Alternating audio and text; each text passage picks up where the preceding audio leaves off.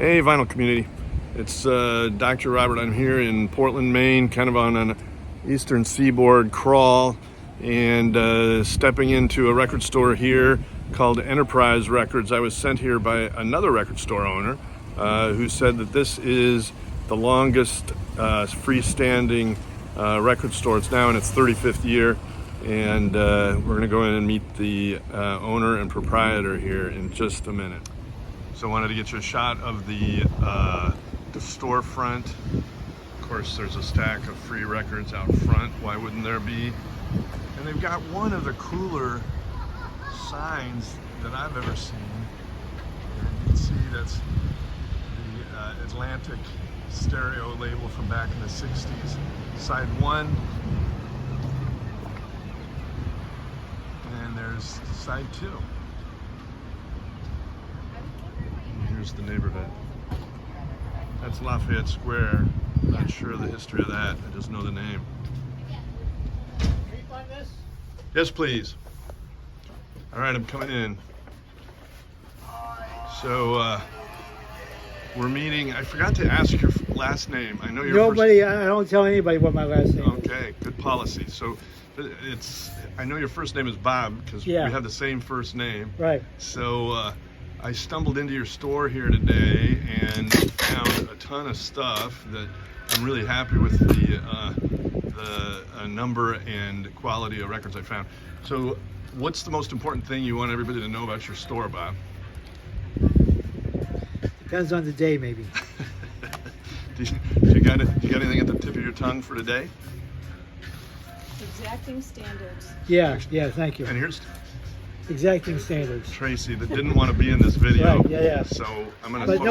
But she knows what's going on. Yeah, I get it. So, what I found was it was very well curated, very wide variety of genres, etc.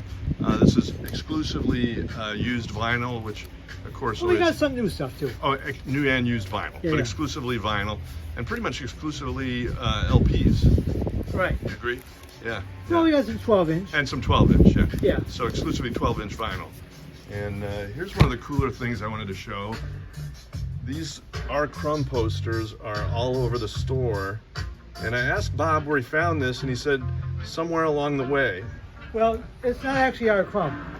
That's not R. Crumb? No, a guy I know did that in Really? the style of. Oh, wow. Well, that's cool. Yeah. But it looks like it's supposed to be R. Crumb. Well, yeah. Okay, but it's not drawn by him. Right. Yeah. I think that makes sense. Tell them about your photos. Oh yeah, you didn't ask about the photos. Yeah, what about the photos? I noticed some of these. Tell me about them. And check out those quotes too. I love the quotes. I read a bunch of the quotes. So not only do you get to shop for records, but you can kind of learn philosophy here while you're here. So here's an example. A man who writes for a living does not have to go anywhere in particular, and he could rarely afford to if he wanted. So the one about Arthur Rimbaud in the corner, I think, is one of my favorites. All right, let me get that. So he was 16 when he started publishing his poetry. When he was 19, he gave up on poetry and took off to wander around the world, winding up in Africa, where he became an arms dealer. You know who this guy is? I know his name because of Patti Smith. I think. Yeah, right. Anybody knows Patti Smith is no Arthur Rimbaud. Yeah, I've never really read his stuff, but right. He kept writing letters to his family, but he never wrote another poem and never gave any hint that he missed poetry. A cult grew up in Paris around the few books of poetry he had published, and years before his death, people already referred to him as the late Arthur Rimbaud. So he really faded into obscurity, didn't he? Yeah. Wow. Became an arms dealer. An arms dealer, yeah. How do you reconcile that with poetry? Yeah, right. Yeah, crazy. Almost winning is almost the best, but you've got to win once in a while. I don't know who Robert Angel was. He was a famous sports writer. A sports writer. So, yeah, there's more to this store than just vinyl. I'm those here to pictures attest to are that. pictures. About the pictures. Yeah, the pictures are cool. All right, Tracy can't help herself. She's know. She's entering. The pictures have been taken on long record trips all over the country. Those are all Bob's pictures. Yeah. So Cool. And I've got more. They're originally on the wall with carpet tape, Oh man. and a lot of them have fallen off. Oh man. And I'm gonna screw them onto the wall now, but there's a lot of them that are missing. So well, tell me, what was your last record jaunt or journey, and where did you go? What did you find? Well, it depends on what you mean by jaunt. I don't know. You said that you go And out I go drive, look at yeah. records all the time. Yeah. Okay. But Well, lately, further. mostly locally. How about outside of Maine? When was the last time you went outside of Maine? I mean, if you talk about New Hampshire and Massachusetts, which is an hour away. That doesn't count, Bob. Yeah, right. I mean, I was in Chicago last year, bought some records out there. That's cool. I don't know when I've been out of state, Yeah. far away. Chicago's quite a ways. I mean, I've made a lot of trips, but I don't have a Yeah. diary or anything. Got it. It's All been right. a while. Got it. Any particular story you want to relate out of any of those trips? No. No. None that are suitable for children and families. Well, it's not, Okay. Yeah. Well, It's actually, neat. one I like to tell, I went to Buffalo once. This was pre-cell phone days. Talked to a guy, had a lot of jazz records said he wanted to sell over the phone. Yeah.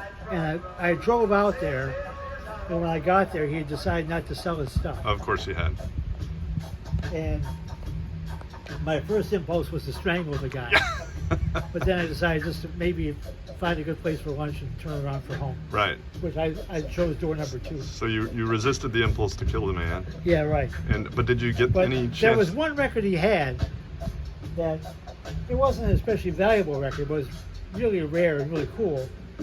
And I told the guy, look, I've come all this way, and now you don't want to sell this stuff. I said, I'm not leaving. With nothing. I'm not going to tell you what I'm prepared to do, but I'm not leaving without this record. Yeah. And of course, I wasn't prepared to do anything. Yeah, Total yeah, bluff. yeah. He said, okay, I should take it. So did you pay for it? No. And what was that record? It was Albert Eiler doing spirituals. Ooh. A really heavy record. That I mean, sounds- not heavy in the sense it's extremely valuable, Yeah. but When did you see a it? beautiful record. Yeah. It's on a Dutch label. Oh my God. It never got reissued. It's called Swing Low, Sweet Spiritual. Oh, Beautiful my. record. That And sounds it's got all those crazy ESP guys on there. right. Henry Grimes Right. and I think Sonny Simmons might be on there. Nobody and- from Sunrise Orchestra. No. No. No. But, Who else was on ESP? I'm trying to think. Well, There was some who's very. the drummer? Yeah. Yeah. I know who you're thinking of, and I can't quite pull it up either. Yeah. I know his record is stocked by the guy. God, I'm just. Yeah. But yeah, the well-known drummer on ESP, Right. Sonny somebody. Yeah. I don't know. Yeah. I'm blanking. But Yeah. Henry Grimes is on there, Right. and all the ESP guys. Yeah. Cool. Sounds very cool. Yeah. All right. Well, I will close with a couple of these photos, and I'm just going to let them speak for themselves. Now I gotta find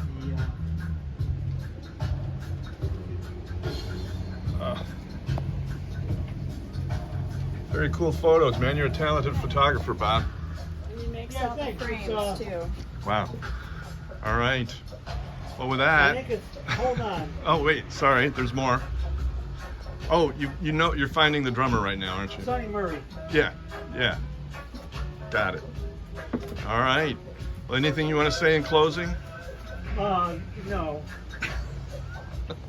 Of course. And Tracy, any last thoughts? No. Never a cover charge. Yeah. Okay. No cover charge. Right. Yeah, and I didn't pay a cover charge, so I Right. can verify that. Right. Yeah. All right, guys. Thanks so much. It's been a great afternoon. Thanks for coming in. Yeah, my pleasure.